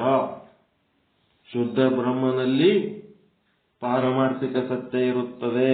ವ್ಯಾವಹಾರಿಕ ಸತ್ಯ, ಪ್ರಾತಿಭಾಷಿಕ ಸತ್ಯ, ಶುದ್ಧ ಸತ್ಯಗಳು ಅಲ್ಲಿ ಇರಂಗಿಲ್ಲ. ಶುದ್ಧ ಬ್ರಹ್ಮನಲ್ಲಿ ಪಾರಮಾರ್ಥಿಕ ಸತ್ಯ ಇರ್ತದೆ. ಅವನಿಗೆ ಒಬ್ಬನಿಗೆ ಆ ಸ್ಥಾನಮಾನ. ಉಳಿದು ಎಲ್ಲ ಗುರು ಇರ್ಬೋದು, ಶಾಸ್ತ್ರ ಇರ್ಬೋದು, ಮತ್ತಿನ್ನೇನೇ ಇದ್ರು ಸಹಿತ ಅದು ವ್ಯಾವಹಾರಿಕ ಸ್ಥಾನಮಾನ ಅಷ್ಟೇ. ಕ್ಷುದ್ರ ಸತ್ಯ, ಪ್ರಾತಿಭಾಷಿಕ ಸತ್ಯ ಮತ್ತೆ ವ್ಯಾವಹಾರಿಕ ಸತ್ಯ, ಈ ಮೂರು ಏನದಾವ ಅಂದ್ರೆ ಜಗನ್ಮಿಥ್ಯ ಅಂತ ಏನಂತಾರಲ್ಲ, ಆ ಮಿಥ್ಯದ ಲೆಕ್ಕದಾಗೆ ಬರ್ತವೆ. ಬ್ರಹ್ಮ ಒಂದೇ ಸತ್ಯ ಅಂತ ಏನದ ಅದು ಪಾರಮಾರ್ಥಿಕ ಸತ್ಯದಾಗ ಬರುತ್ತೆ. ಇದನ್ನ ನೀವು ಸರಿಯಾಗಿ ತಿಳ್ಕೋಬೇಕು. ಅದಕ್ಕೆ ವೇದಗಳು ಹಾಗೂ ಸಂಸಾರ ದುಃಖ ಎರಡೂ ವ್ಯಾವಹಾರಿಕ ಸತ್ತ ಇರುತ್ತವೆ, ಪಾರಮಾರ್ಥಿಕ ಸತ್ತ ಅಲ್ಲ. ಪಾರಮಾರ್ಥಿಕ ಸತ್ತ ಅಂತಂದ್ರೆ ಸಚ್ಚಿದಾನಂದ ನಿತ್ಯ ಪರಿಪೂರ್ಣ ಬ್ರಹ್ಮ ಒಬ್ಬನೇ. ವೇದಗಳು ಪಾರಮಾರ್ಥಿಕ ಅಲ್ಲ, ಗುರುಗಳು ಪಾರಮಾರ್ಥಿಕ ಅಲ್ಲ, ಅವರ ಜ್ಞಾನವೂ ಪಾರಮಾರ್ಥಿಕ ಅಲ್ಲ, ಸಂಸಾರ ದುಃಖವೂ ಪಾರಮಾರ್ಥಿಕ ಅಲ್ಲ. ನಿಮಗ ಪಾರಮಾರ್ಥಿಕ ಪರಬ್ರಹ್ಮನನ್ನ ಹೆಂಗ್ ಪಡ್ಕೋಬೇಕು ಅಂತ ಗುರುಗಳು ವೇದಗಳು ನಿಮಗ ಟ್ರೈನಿಂಗ್ ಕೊಡ್ತವೆ ಹೊರತು ಅವೇ ಪಾರಮಾರ್ಥಿಕ ಅಲ್ಲ. ವ್ಯಾವಹಾರಿಕ ಸಂಸಾರ ದುಃಖವು ವ್ಯಾವಹಾರಿಕ ಗುರುಗಳ ಮೂಲಕ, ವ್ಯಾವಹಾರಿಕ ವೇದ ಜ್ಞಾನದಿಂದ ವ್ಯಾವಹಾರಿಕ ವಸ್ತು ಪ್ರಪಂಚದ ಮೋಹವನ್ನು ನಷ್ಟ ಮಾಡಿ ಮೋಕ್ಷ ಹೊಂದುವ ಪ್ರಕ್ರಿಯೆಯು ಸಮಾನ ಸತ್ತದಲ್ಲಿಯೇ ನಡೆಯುತ್ತದೆ. ಗುರು ಮತ್ತು ವೇದಗಳು ಪಾರಮಾರ್ಥಿಕವಾಗಿ ಮಿಥ್ಯವೇ ಆಗಿರುತ್ತವೆ. ಪಾರಮಾರ್ಥಿಕವಾಗಿ ಮಿಥ್ಯ. ಗುರು ಮತ್ತು ವೇದಗಳು ಪಾರಮಾರ್ಥಿಕವಾಗಿ ಮಿಥ್ಯ, ವ್ಯಾವಹಾರಿಕವಾಗಿ ಇದು ಚಂದ ತಿಳ್ಕೋಬೇಕು. ಗುರು ಮತ್ತು ವೇದಗಳು ಹೆಂಗ್ ಸತ್ಯಪ್ಪ ಅಂದ್ರ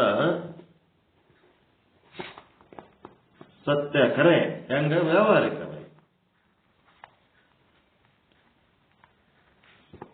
ಗುರು ಮತ್ತು ವೇದ ಮಿಥ್ಯ ಹೆಂಗಪ್ಪ ಅಂತಂದ್ರೆ ಪಾರಮಾರ್ಥಿಕ.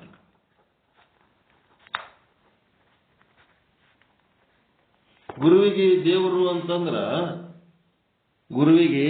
ಅಂತಂದ್ರ ನೀವಂತ ದೊಡ್ಡ ಸ್ಥಾನಮಾನ ಏನ್ ಕೊಟ್ಟರು ಸಹಿತ ಆ ನಿಮ್ಮ ದೇವರು ಎಷ್ಟರ ಮಟ್ಟಿಗೆ ಅದನ ನೀವು ತಿಳ್ಕೊಂಡ ದೇವರು ವ್ಯಾವಹಾರಿಕ ಸತ್ಯದ ಮಟ್ಟಿನ ದೇವರು ಅಷ್ಟೇ. ಅದು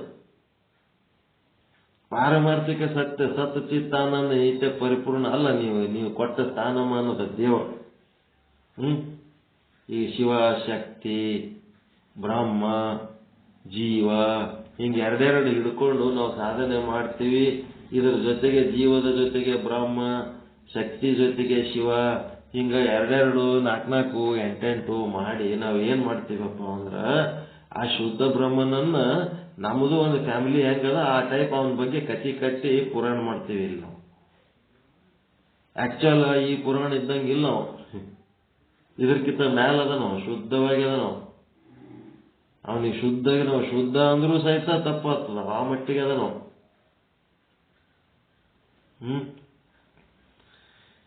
ಹೀಗಾಗಿ ಇಲ್ಲೇನಂದ್ರ ವ್ಯಾವಹಾರಿಕ ಸಂಸಾರ ದುಃಖ, ವ್ಯಾವಹಾರಿಕ ಗುರುಗಳ ಮೂಲಕ, ವ್ಯಾವಹಾರಿಕ ವೇದಗಳ ಜ್ಞಾನದಿಂದ ವ್ಯಾವಹಾರಿಕ ವಸ್ತು ಪ್ರಪಂಚದ ಮೋಹವನ್ನು ನಷ್ಟ ಮಾಡಿ ಮೋಕ್ಷ ಹೊಂದುವ ಪ್ರಕ್ರಿಯೆ ಈಗ ಸಮಾನ ಸತ್ಯದಲ್ಲಿ ನಡೆಯುತ್ತದೆ.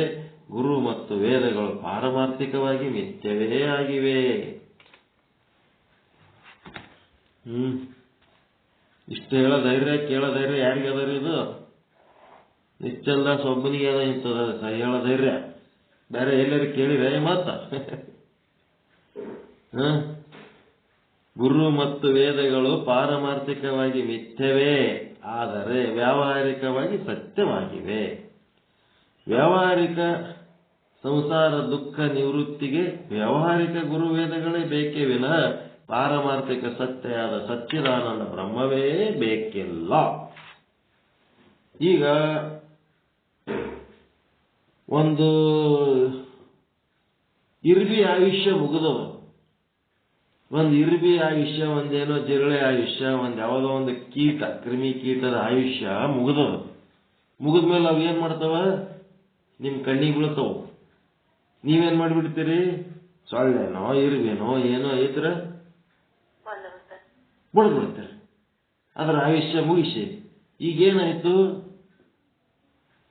ಆ ಒಂದು ಸೊಳ್ಳೆಯ ಒಂದು ಮರಣಕ್ಕ ನೀವೇ ಯಮಧರ್ಮ ಆದ್ರೆ ಇಲ್ಲ? ಹೌದಿಲ್ಲ? ಸೊಳ್ಳೆಗೆ ಯಮಧರ್ಮ ಯಾರು ಕೊಂದ್ರು ಅವರೇ. ಅದಕ್ಕೇನು ಯಮನೇ ಒಂದ್ ಸೊಳ್ಳೆ ಹೊಡಿಲಕ್ಕ ಕೋಣಿನ ಮೇಲೆ ಕುಂತು ಹಗ್ಗ ಕಟ್ಕೊಂಡು ಹೆಗಲ ಮೇಲೆ ಗದೆ ಇಟ್ಕೊಂಡು ಯಮ ಬರೋ ಅವಶ್ಯಕತೆ ಇಲ್ಲ. ಇಲ್ಲೇ ಈಗ ನೌಕರಿ ಮಾಡೋರಿಗೆ ವರ್ಷಕ್ಕೆ 12 ಲೀವ್ ಓದ್ ಕೊಟ್ಟಿರ್ತಾರ. ಲೀವ್ ಯಾರು ಕೊಟ್ಟಾರವು?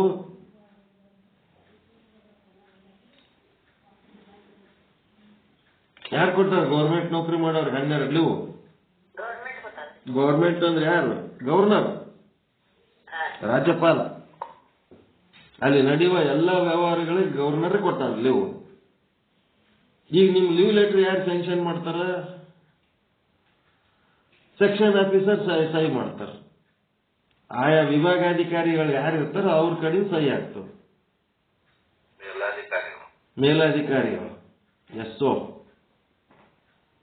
ನಿಮ್ ಸೆಕ್ಷನ್ ಆಫೀಸರ್ ಯಾರು ಇರ್ತಾರ, ನಿಮ್ ಮೇಲಾಧಿಕಾರಿ ಅವರೇ. ಈಗ ಅವರೇ ಗವರ್ನರ್ ನಿಮಗ. ಅವನೇನು ರಾಜ್ಯಪಾಲನೆ ಬಂದು ನಿಮ್ದು ಹಾಫ್ ಡೇ CL ಸ್ಯಾಂಕ್ಷನ್ ಮಾಡೋದು ಬೇಕಾಗಿಲ್ಲ. ಹಂಗಿಲ್ಲಿ ಗುರು ಮತ್ತು ಶಾಸ್ತ್ರಗಳು ಹೆಂಗದಾವ ಅಂದ್ರ ನಿಮ್ಮ ಮೇಲಾಧಿಕಾರಿಗಳಿದ್ದಂಗ ಅದಾವ. ಅವರೇ ಗವರ್ನರ್ಸ್ ಅಲ್ಲ, ಮತ್ತ ಮೇಲಾಧಿಕಾರಿಗಳೇ ರಾಜ್ಯಪಾಲರೇನ್ರಿ, ಗವರ್ನರ್ಸ್ ಏನ್ರಿ? ನಿಮ್ಗೆ ಸಂಬಳ ಅದೆಲ್ಲ ಅವರೇ ಕೊಡ್ತಾರಂತಂದ್ರೆ ಅವ್ರೇನ್ ಗವರ್ನರ್ಸ್? ಅವರೇ ರಾಜ್ಯಪಾಲರ ಅಲ್ಲ. ಹೆಂಗದು ಸ್ಥಾನಮಾನಗಳು? ಎಲ್ಲ ನಮ್ ಲೀವ್ ಪಗಾರ ಯಾರು ಕೊಡ್ತಾರಂದ್ರೆ ಹೆಡ್ ಮಾಸ್ಟರ್ ಕೊಡ್ತಾರ. ಯಾವಾಗಂತೀರಿ? ಹೆಡ್ ಮಾಸ್ಟರ್ಗ ನಿಮ್ಗ ಚಲೋ ಇದ್ದಾಗ ಅಥವಾ ನಿಮ್ ಪ್ರಿನ್ಸಿಪಾಲ್ಗ ನಿಮ್ಗ ಚಲೋ ಇದ್ದಾಗ ನಮ್ ಸಂಬಳ ಎಲ್ಲ ನೀವೇ ಕೊಡ್ತೀರಪ್ಪ ಅಂತ. ಅವ ಶಾಣೆ ಇದ್ನಂದ್ರೆ ನಾನೇ ಎಲ್ಲಿ ಕೊಡ್ತೀನೋ ಮಾರಾಯ, ಮ್ಯಾಲೆ ಅವ್ರು ಕೊಟ್ರೆ ಕೊಡ್ತೀನಿ ಅಂತ. ಇಲ್ಲ ಅಂದ್ರೆ ನಾನೇ ಕೊಡ್ತೀನಿ ಅಂತ ಅವನು ಹಂಗೆ ತಿಳ್ಕೊಂಡಿರ್ತಾನ. ಅದೇ ಒಂದ್ ಸ್ವಲ್ಪ ಅವನ ಸಂಗಟ ನಿಮ್ಗೆ ಜಗಳ ಬಿತ್ತು ಅಂತಂದ್ರ ಇವ ಏನ್ ಪಗಾರ ಇವ್ರ ಅಪ್ಪನ ಮನೆಗೆ ಕೊಡ್ತಾನೆ ಏನಂತೀರಿ ನೀವೇ? ಪಗಾರ ನೀವ್ರ ಅಪ್ಪನ ಮನೆಗೆ ಕೊಡ್ತಾನ, ಸರ್ಕಾರದ ಕೊಡ್ತಾನ ಅಂತೀರ ಇಲ್ಲಿ? ಹಂಗಿದು ಗುರು ಮತ್ತು ಶಾಸ್ತ್ರ ಅಂತಂದ್ರ ಇವನ ಸ್ಥಾನಮಾನ ಎಲ್ಲಿದಂದ್ರೆ ಇಲ್ಲದ ನೋಡ್ರಿ. ಅಟ್ಟೆ ಸೂಕ್ಷ್ಮದಾಗಿ ಇದ್ದೋದ್ರ ಗುರು ಅವ ಏನ್ರ ಜಾಸ್ತಿ ಮಾಡಿದ್ನಂತಂದ್ರೆ ಏನ್ ತಾನೇ ದೇವರಾಗ ನೋಡಂತಾರ. ತಾನೇ ದೊಡ್ಡ ಬ್ರಹ್ಮನ ಕಂಡಂಗೆ ಕೂತ್ ಹೆಂಗ್ ಪ್ರವಚನ ಹೇಳ್ತಾನ ನೋಡ್, ತಾನೇ ಬ್ರಹ್ಮ ಆಗ್ಯಾನ ನೋಡು ಅಂತಾರ. ಚಲೋ ಅದ ಒಂದಿಟ್ಟು ಮರ್ಯಾದೆ ಕೊಡ್ಲಕ್ಕಂತಾರ ಅಷ್ಟೇ. ವ್ಯಾವಹಾರಿಕ ಮರ್ಯಾದೆ ಒಳಗ ದಾಟ್ಕೊಂಡು ಹೋಗ್ಬೇಕು. ಅದಕ್ಕಿಂತ ಹೆಚ್ಚಾಯ್ತು ಅಂತಂದ್ರೆ ಬಿಟ್ಬಿಡ್ತಾರೆ. ನಾಳೆ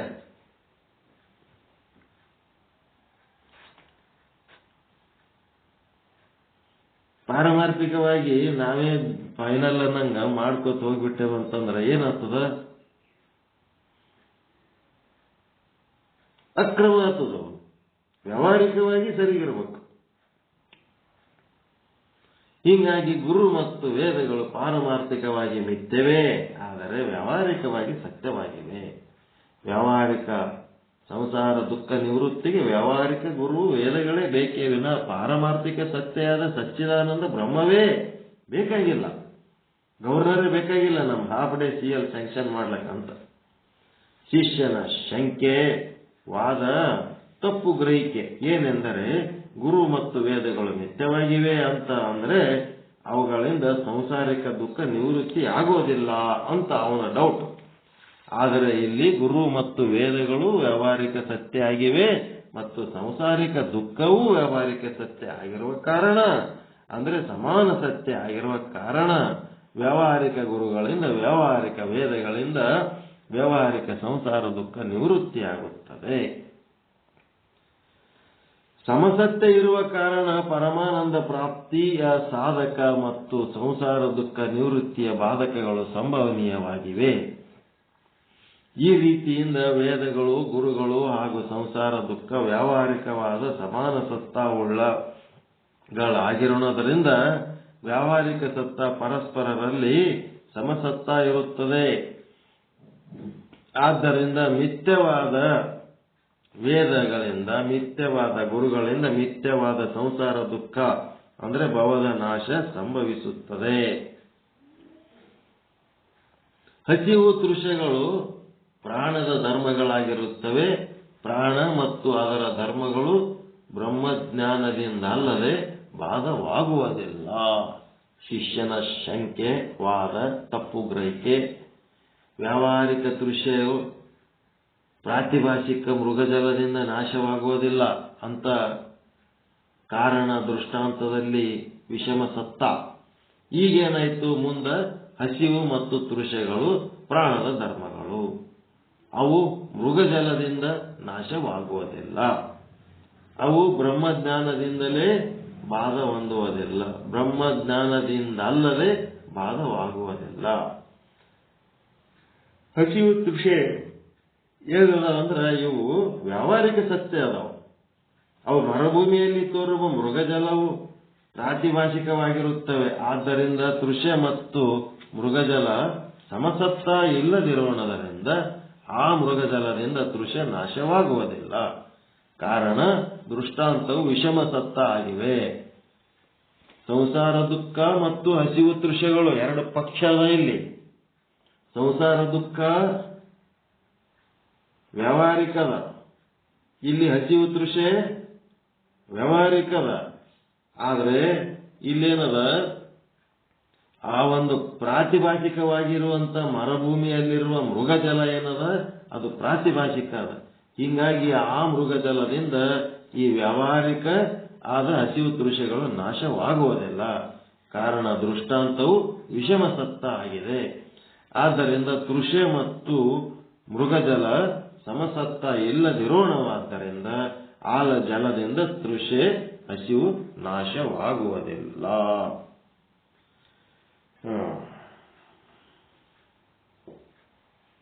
ಏನ್ ಮಾಡ್ತದೆ ಇದು?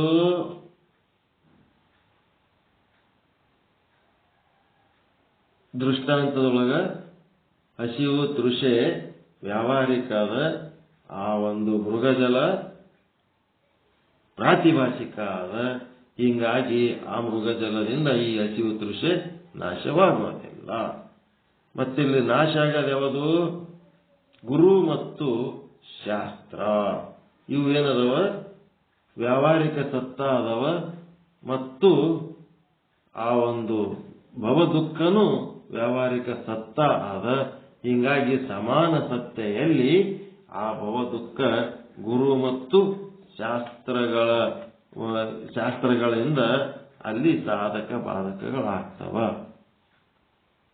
ದೃಷ್ಟಾಂತ ದ್ರಾಷ್ಟಾಂತ ಎರಡು ತಿಳಿತ್ರ?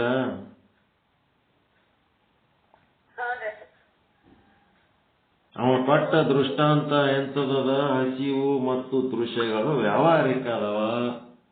ಆ ಒಂದು ಮೃಗಜಲದಿಂದ ಬಾಯಾರಿಕೆ ಹೋಗಂಗಿಲ್ಲ ಅಂತಂದ್ರ, ಯಾಕೆ ಹೋಗಂಗಿಲ್ಲ ಅಂತಂದ್ರ ಮೃಗಜಲ ಪ್ರಾತಿಭಾಷಿಕ ಇದ್ದದ್ದಕ್ಕ ಆ ಹಸಿವು ತೃಷೆಗಳು ಏನಾಗಕತ್ತವ? ಆ ಮೃಗಜಲದಿಂದ ವ್ಯಾವಹಾರಿಕ ಸತ್ಯವಾಗಿರುವಂತ ಹಸಿವು ತೃಷೆಗಳು ಪ್ರಾತಿಭಾಷಿಕ ಸತ್ಯವಾಗಿರುವಂತ ಮೃಗಜಲದಿಂದ ನೀರಡಿಕೆ ಹೋಗಂಗಿಲ್ಲ. ಆದ್ರೆ ಇಲ್ಲಿ ಹೋಗ್ತದೆ ಯಾವುದು? ಎಂಥದ್ದು?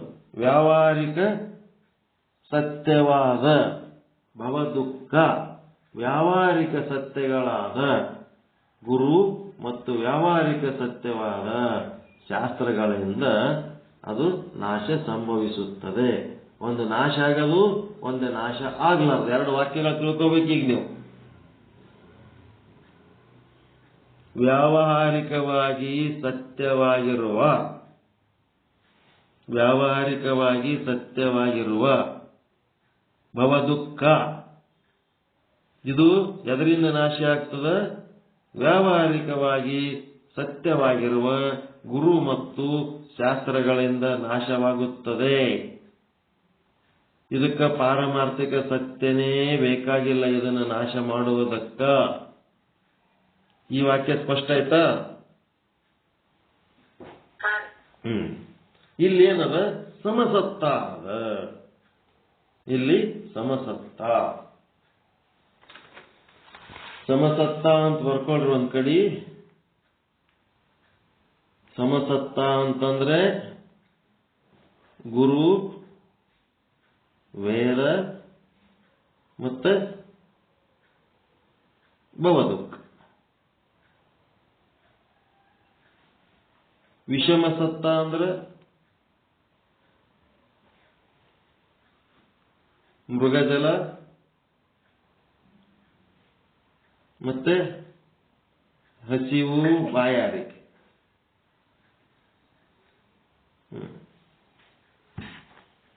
ವಿಷಮ ಸತ್ತ ಅಂದ್ರೆ ಇದು ಪಾರಮಾರ್ಥಿಕವಾಗಿ, ಇದು ಯಾವುದು ಪ್ರಾತಿಭಾಷಿಕವಾಗಿರುವಂತ ಮೃಗಜಲ.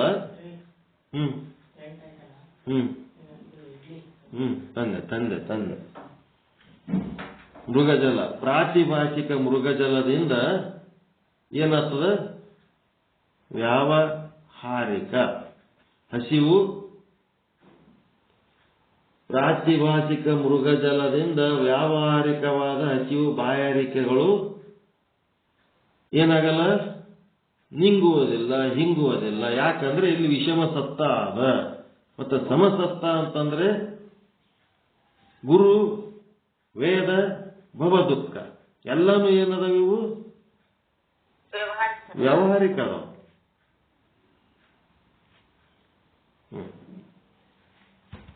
ಮೂರು ವ್ಯಾವಹಾರಿಕ.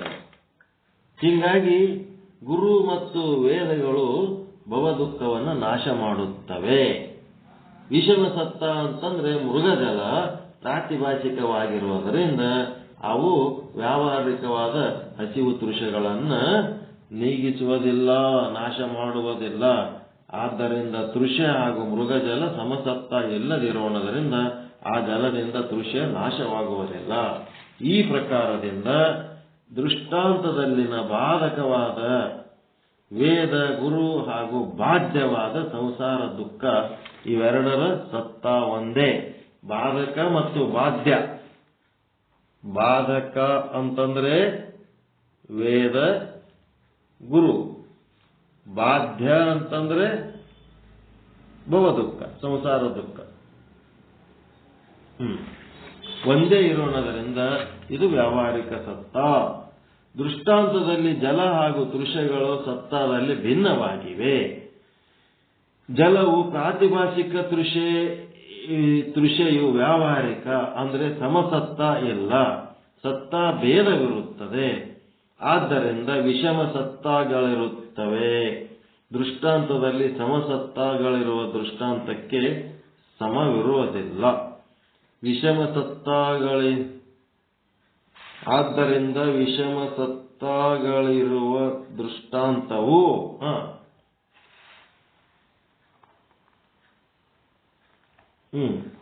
ವಿಷಮ ಸತ್ತಗಳಿರುವ ದೃಷ್ಟಾಂತವು ಸಮಸತ್ತಗಳಿರುವ ದೃಷ್ಟಾಂತಕ್ಕೆ ಸಮವಿರುವುದಿಲ್ಲ.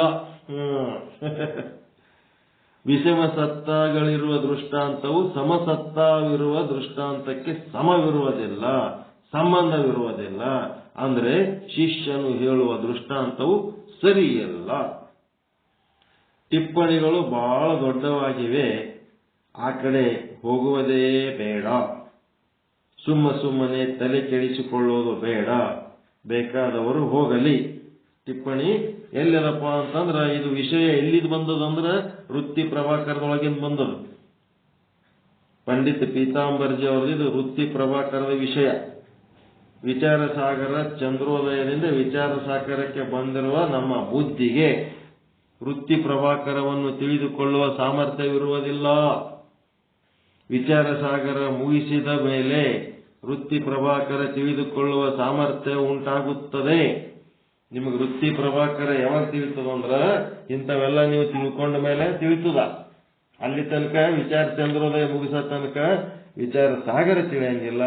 ವಿಚಾರ ಸಾಗರ ಮುಗಿಸೋ ತನಕ ಇದು ವೃತ್ತಿ ಪ್ರಭಾಕರ ನಿಮಗೆ ಗೊತ್ತಾಗಂಗಿಲ್ಲ ಅನ್ನೋಂಥದ್ದೊಂದು ಟಿಪ್ಪಣಿಕಾರರು ಒಂದೇನ್ ಮಾಡ್ಯಾರ, ಇದ್ರ ಮುಂದಿನ ವಿಷಯ ಇನ್ನ ಬಹಳದ, ಸಾಕಿಷ್ಟಂತ. ನಾವೀಗ ವೃತ್ತಿ ಪ್ರಭಾಕರ ಅಧ್ಯಯನ ಮಾಡ್ಲಿಕ್ಕತ್ತಿಲ್ಲ, ವಿಚಾರ ಸಾಗರ ಮಾಡ್ಲಿಕ್ಕತ್ತೀವಿ. ನಮ್ಗೆ ಎಷ್ಟು ಬೇಕು ಅಷ್ಟು ಸಿಕ್ತು, ಸಾಕಲ್ಲ ಇಷ್ಟು. ಏನ್ ವೃತ್ತಿ ಪ್ರಭಾಕರ ಇಟ್ಕೊಂಡು ಕುಂದ್ರಮ್ಮ ಮುಂದ ಇದ್ರ ನೆಕ್ಸ್ಟ್ ಪಾಕ. ಅದಕ್ಕೀಗ ಸಾಗರ ಮುಗಿಬೇಕು. ಸಾಗರ ಮುಗಿಬೇಕು. ಮುಗಿದ್ಮೇಲೆ ನೋಡಮ್ಮ ಅವನು ಈಶ್ವರನ ಕೃಪೆ ಏನದ ಹಂಗ ಹೋಗ್ಬೇಕು. ನೆಕ್ಸ್ಟ್ ಏನು ವಿಷಯಾಂಕ 237. ಮತ್ತೆ ನಮ್ಮ ಭವ ದುಃಖ ಕರ್ತವ್ಯ ಕರಿಲಕತ್ತದ, ಆ ಕಡೆ ಹೋಗ್ತೀವಿ ನಾವು ಮತ್ತೆ. ಸಾಕು. ಜಯ ಶುದ್ಧ ಬ್ರಹ್ಮ. ಪರಮಾನಂದ ಪ್ರಾಪ್ತಿ ಭವ, ಸರ್ವ ದುಃಖ ನಿವೃತ್ತಿ ಭವ, ಇಷ್ಟಾರ್ಥ ಸಿದ್ಧಿರಸ್ತು, ಯಶಸ್ವಿ ಭವ ಯಶಸ್ವಿ ಭವ. ಜಯ ಶುದ್ಧ ಬ್ರಹ್ಮ, ಜಯ ಜಯ ಶುದ್ಧ ಬ್ರಹ್ಮ. ಓಂ ಶಾಂತಿ ಶಾಂತಿ ಶಾಂತಿ. ಶರಣು ಶರಣಾರ್ಥಿ. ಎಲ್ಲರಿಗೂ ಶರಣ ಶರಣಾರ್ಥಿ.